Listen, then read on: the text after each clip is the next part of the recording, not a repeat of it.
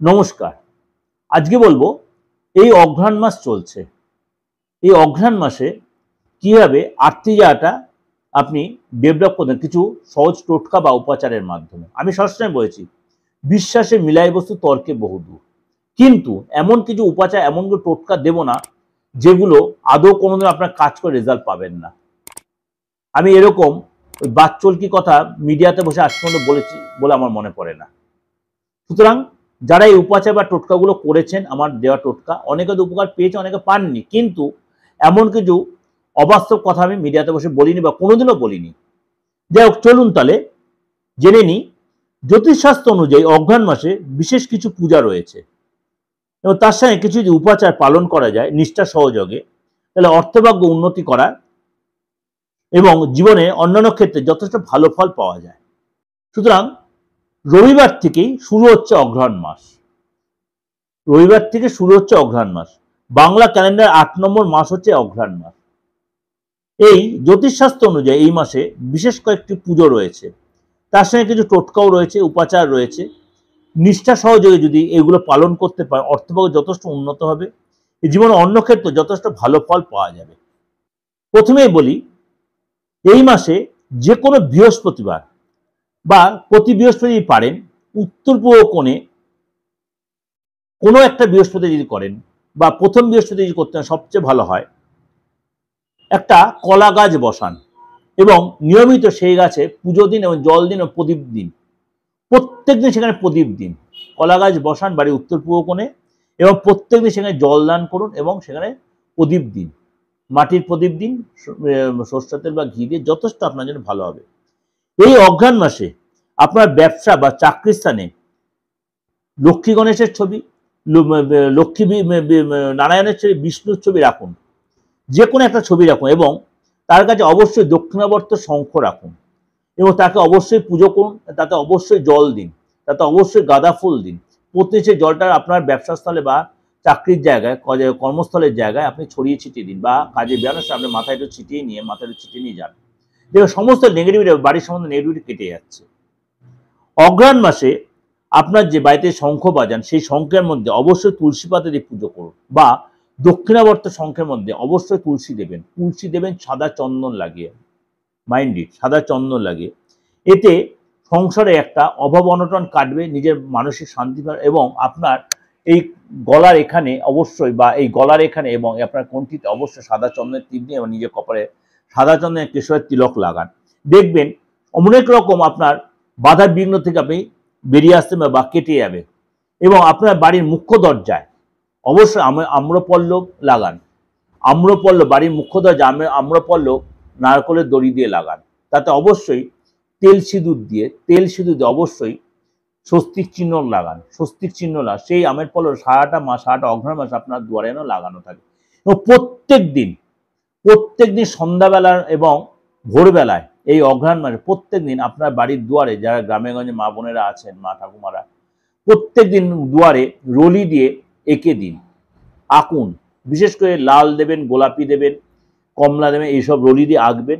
মা লক্ষ্মীর আবির্ভাব হয় এই অঘ্রাণ মাসে, বিষ্ণুর আবির্ভাব হয় বাড়িতে। এই দিন কোনো যদি ভিক্ষুক আসে, যে কোনো দিন কোনো ভিক্ষুককে জল না খাইয়ে বা বাতাসা না মিষ্টি না করে বা কোনো যদি আপনার সাধ্যে কুলায় আপনি তার হাতে একটু অন্নদান বা অর্থদান করে তাকে দেবেন।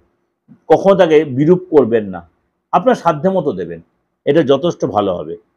এই মাসে অবশ্যই তুলসী গাছে প্রদীপ জ্বালান।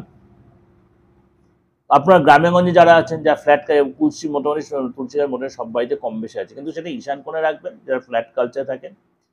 অবশ্যই তার মধ্যে প্রদীপ দেবেন এবং তুলসী গাছে প্রতিদিন জল দিন। এই জন্য শ্রী বিষ্ণু যদি প্রসন্ন হয়, আপনাকে আশীর্বাদ করবে, মারাত্মক জিনিস। এই মাসে অবশ্যই সাদা কাপড়ে একটা কি বলে ওই সাদা যে আপনার কড়ি হয়, সাদা কড়ি একটা নেবেন, লক্ষ্মী কড়ি একটা নেবেন, কিছুটা আতপ চাল নেবেন, অক্ষত আতপ চাল এবং সাদা বাতাসা বেঁধে প্রবাহিত জলে ভাসিয়ে দিন। সাথে যদি পারেন ছোট ছোট শঙ্খ পাওয়া যায়, সেই শঙ্খ যদি একটা দিতে খুব ভালো হয়।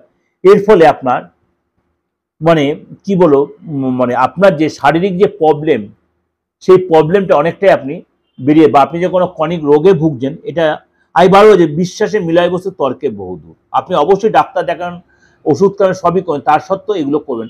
এবং প্রত্যেক দিন এই দিন বাড়িতে সন্ধ্যাবেলায় অবশ্যই ধূপ ধুনো দেবেন।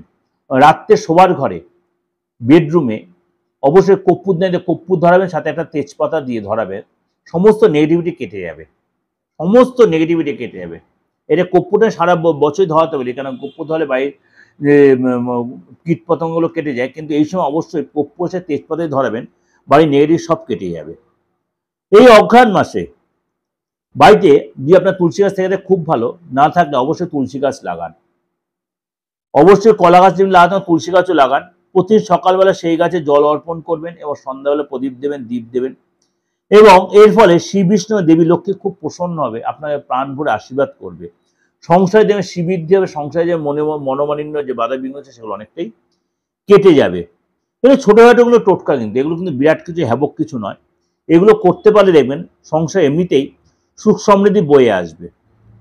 এরকম ছোটো ছোটো প্রোগ্রামগুলো দেখার জন্য অবশ্যই চ্যানেলের সাথে জুড়ে থাকুন। আমি দিগদর্শন মধ্যে আমরা নতুন নতুন অনেক কিছু উপাচার প্রোগ্রাম বা এরকম মাইথো রিলেটেড আইটেম আমি অনেক সময় প্রেজেন্ট করি, সাপ্তাহিক রাশি বা মাসিক রাশিফল।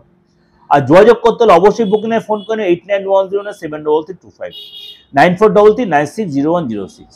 ঠিক আছে, চলুন তাহলে আর একটু ডিটেলে বলি। এই অঘ্রাণ মাসে প্রত্যেকদিন ভোরবেলায় ব্রহ্ম মুহূর্তে উঠে যাওয়ার চেষ্টা করবেন। যদি না পারেন একটু সকাল সকাল উঠবেন, 6টা, 6:30, 7টার মধ্যে, বেশি বেলা করে ঘুমতে থাকবেন না। প্রতিদিন বিছানার চাদরটা চেঞ্জ করে দেবেন এবং ঘুমতে উঠে অবশ্যই স্নানটা সেরে নেবেন। যদি আপনার আশেপাশে নদী থাকে, গঙ্গা থাকে, সেখানে স্নান করে নেবেন। যদি না থাকে অবশ্যই আপনি স্নানের জলে অবশ্যই জল শুদ্ধি মন্ত্র করে নেবেন, অথবা সাদা চন্দন বা কর্পূর দিয়ে স্নান করুন। নেগেটিভিটি সব কেটে যাবে, পিত্তদোষ কেটে যাবে। অশুভ দোষ থেকে মুক্তি পেতে এই দিন, এই অঘ্রাণ মাসটা জুড়ে যদি আপনি অন্ন বস্ত্র অর্থ, অন্ন বস্ত্র অর্থ অসহায় বা দরিদ্র মানুষকে দান করতে পারেন, যে কোনো দিন করতে পারেন। আপনি এরকম যে কোনো একটা দিন করুন, বা কোনো মন্দিরে ভান্ডারে দিতে পারেন। ভান্ডার বলতে তাদেরকে কিছু খাবার দিতে পারেন, গরিব ভিক্ষুকদের কিছু আপনি, বা গরিব সন্ন্যাসীদের কিছু খাবার দিতে পারেন। সেটা যথেষ্ট হয়, যে কোনো মন্দিরে গিয়ে খুব ভালো হয়। এই অঘ্রাণ মাসে আমাদের ইতু পুজো প্রচলন আছে, অনেক গ্রামে গঞ্জে এখনো হয়, আমাদের বাড়িতে আগে হতো। এই পুজো কার্তিক মাসের সংক্রান্তির দিন চালু হয় এবং গোটা অঘ্রাণ মাস জুড়েই কিন্তু এই পুজো হয়। ইতু পুজো করলে ভাগ্যের উন্নতি হয়, শুধু তাই নয়, এবং আপনার সাংসারিক মঙ্গল কামনা, সন্তানের মঙ্গল কামনা কিন্তু এই পুজো করা হয়। অবিবাহিত মেয়েরাও এই পুজো করতে পারেন, অবিবাহিত মেয়েরাও কিন্তু এই ইতু পুজো ইতু পুজো করলে কিন্তু মানসিক শান্তি, সংসারে স্বাচ্ছন্দ্য ফিরে আসে এবং সংসার অশান্তি কেটে যায়। সন্তানের সুখ লাভ, যারা সন্তানের জন্য চিন্তা করে, সন্তানের ভালোর জন্য, আপনারা কিন্তু অবশ্যই ইতু পুজো করলে মানসিক শান্তি এবং মনের ইচ্ছা পূরণ হবে। করে দেখুন, এই যে উপাচারগুলো দিলে এমন কিছু হ্যাবক, কিছু টাপও না, কিছু না, প্রত্যেকের নিত্য দিনের মতোই কাজের মতো, খালি নিয়ম মেনটেন করে করতে হবে। করে দেখুন, যথেষ্ট ভালো রেজাল্ট পাবে। নমস্কার, ভালো থাকবেন।